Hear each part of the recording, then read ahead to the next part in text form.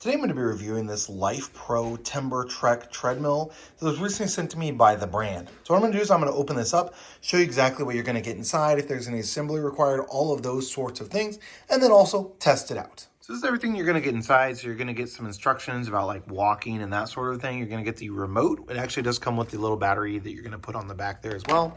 Going to come with the lubrication and a hex key. And then also going to come with the instructions and then the power cord. There's no assembly or anything required. Essentially, you're just going to take it out of the box, take the power cord off, and then plug it in. It's actually going to plug in right here onto the front. That's where your plug is going to go.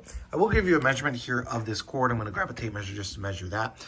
But then setup, essentially, once you get it plugged in, is quite simply just using the remote to power it on. And then once you got it powered on, then you just get on and start walking. I'll show you that as well. So cord length is actually going to be right at 77 inches, so just a smidge over 6 foot long.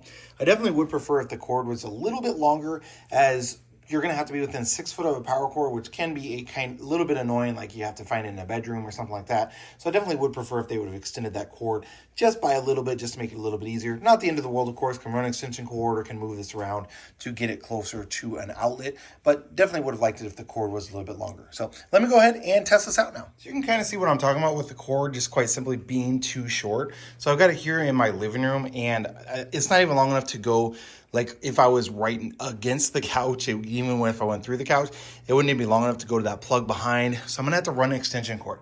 And it just kind of like seems like an oversight. You're gonna typically be using this in the middle of a room, not like over in a corner or something like that in many different places. So having a longer cord would definitely be a big help. So you're just gonna take and flip the switch right here on the back, and then you're going to be using this to adjust it. So I'm just going to push play, and then it's gonna give a little countdown.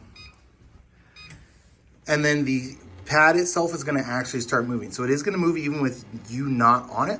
And then you can adjust it by pushing the up button. So it's just going to take the speed up. You can go all the way up to 3.6 on this. So I'm just using this remote and pushing it on there. It's also going to show your approximate calories burned. And then again, you can go all of the way down to 0.6. So it goes all the way down to 0.6 and then up to 3.6, I believe, is the top. So it's going to show your distance, your total time, how many calories you burn, all of that information here at the top. So when you get started, you're going to actually stand on the rails according to the instructions. You're then just going to push play, and that's going to give you a little countdown. And then you're going to go ahead, and once it starts moving, you're just going to step onto it and start walking.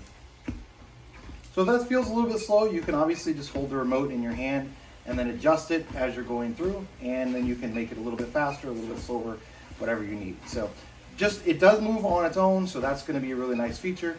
And then it's easy to adjust here with the remote. If it's a little bit too fast or a little bit too slow, or whatever the case might be, you can easily adjust that right here with the remote in your hand.